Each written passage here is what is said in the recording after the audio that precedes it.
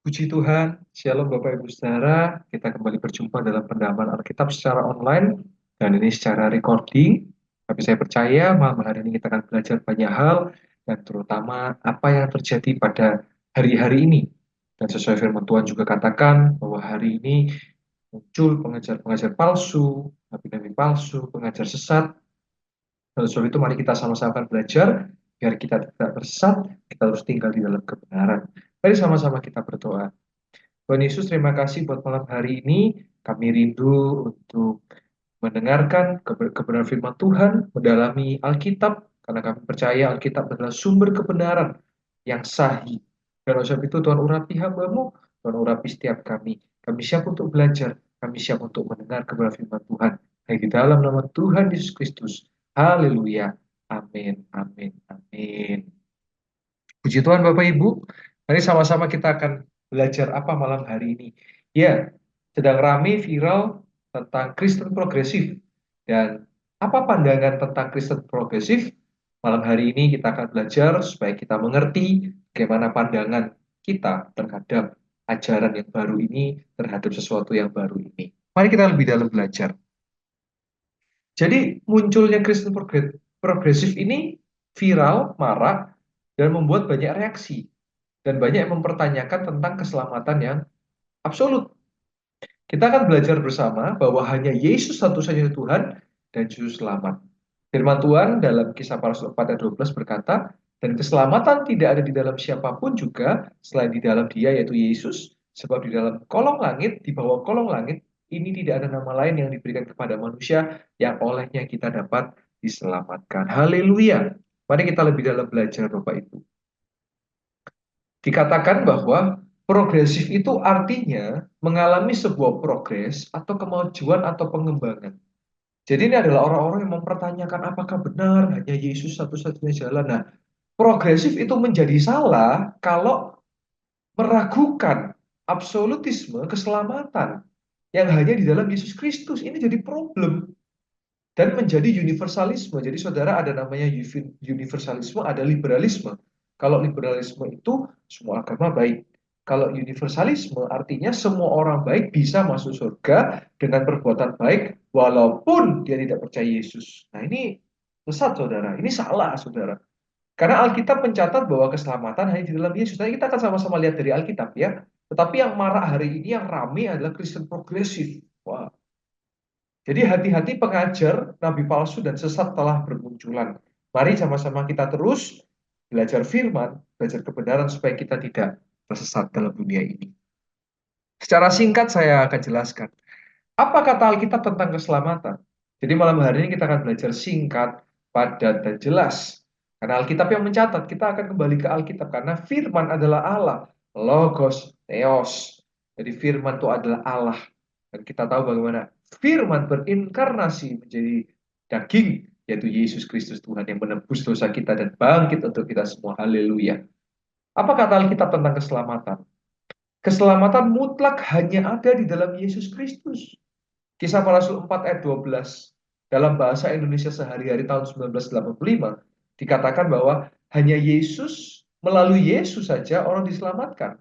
Sebab seluruh dunia di antara manusia tidak ada seorang lain pun yang dapat kekuasaan dari Allah untuk menyelamatkan kita.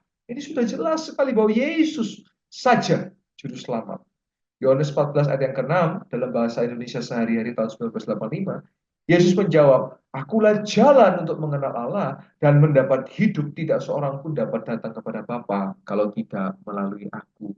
Lagi-lagi dijelaskan bahwa jelas ini adalah jalan, satu-satunya jalan, yaitu Yesus Kristus Tuhan kita. Dan bersyukurlah kita, privilege kita percaya Yesus, sebab keselamatan hanya di dalam Yesus. Mari kita melihat lagi kebenarannya. Nah, saudara, ada dua rumus yang saya mau sampaikan. Rumus yang pertama adalah rumus yang benar, yaitu iman menghasilkan keselamatan dan perbuatan baik. Jadi ketika kita percaya Yesus, kita beroleh surga dan berbuat baik buahnya. Rumus yang kedua adalah yang salah. Iman dengan perbuatan menghasilkan keselamatan. Kalau iman dengan perbuatan, berarti kita selamat karena perbuatan kita. Dalam kitab Yesaya dikatakan perbuatan baik kita itu seperti kain kotor, saudara. Nggak mampu untuk menyelamatkan kita. Dan kalau perbuatan baik bisa membuat kita selamat, buat apa Yesus turun ke dunia? Sia-sialah salib Kristus. Nah, sebab itu ini penting, mendalam sekali penting. Kalau saudara percaya Yesus, ayo tunjukkan karakter saudara. Jangan sampai saudara orang Kristen suka nipu orang, suka kasar, suka memaki, suka mengutuk. Gak jadi berkat, saudara. Karena ketika iman kepada Yesus, maka keselamatan surga kita peroleh dan perbuatan baik akan kita dapat lakukan. Karena itu buah dari percaya Yesus. Dan marilah kita percaya Yesus, kita lakukan firman. Kenapa? Biar orang melihat ada Yesus dalam hidup kita dan percaya, katakan amin. Nah, kita melihat lagi di Alkitab dicatat bahwa Filipi 2 ayat 12 sampai 18, kerjakanlah keselamatanmu. Dalam terjemahan baru tahun 1974 dikatakan, hai saudara-saudaraku yang kekasih, kamu senantiasa taatkan itu tetaplah kerjakan keselamatanmu dengan takut dan gentar, bukan saja seperti waktu kamu masih hadir, tetapi terlebih pula sekarang waktu aku tidak hadir. Nah, saudara, apa latar belakang Paulus menulis ini?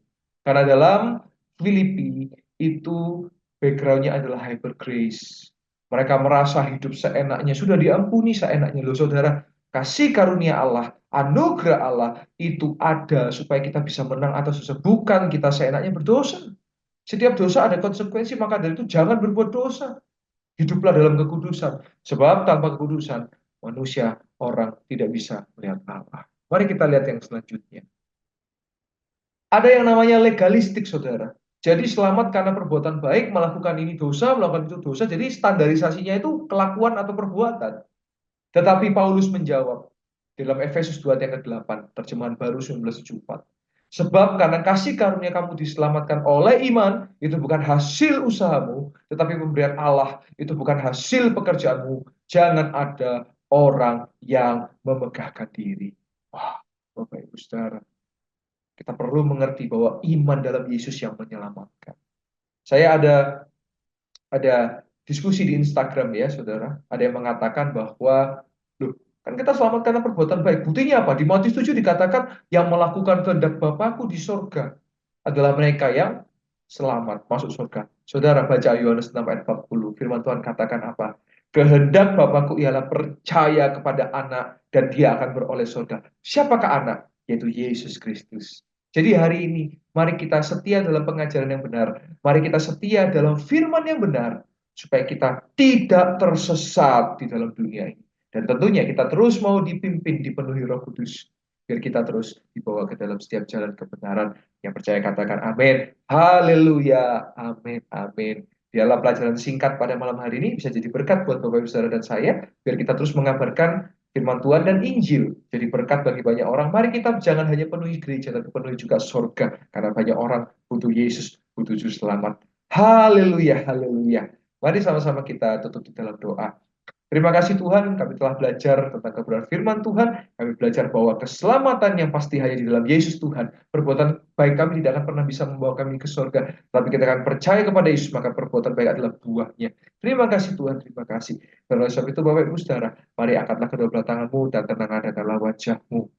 Bawalah, terimalah nikmatlah berkat dari Allah Bapa, cinta kasih dari Yesus Kristus dan persekutuan yang manis dengan Roh Kudus yang terus menyertai dan memberkati engkau mulai dari sekarang bahkan sampai merata Tuhan Yesus kedua kali bahkan sampai selama-lamanya. Dan di dalam nama Tuhan Yesus Kristus setiap orang yang percaya sama-sama kita katakan amin, amin, amin. Kita telah memperoleh berkat dari Tuhan.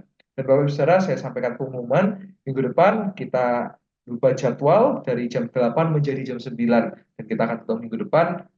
Tuhan Yesus memberkati. Shalom.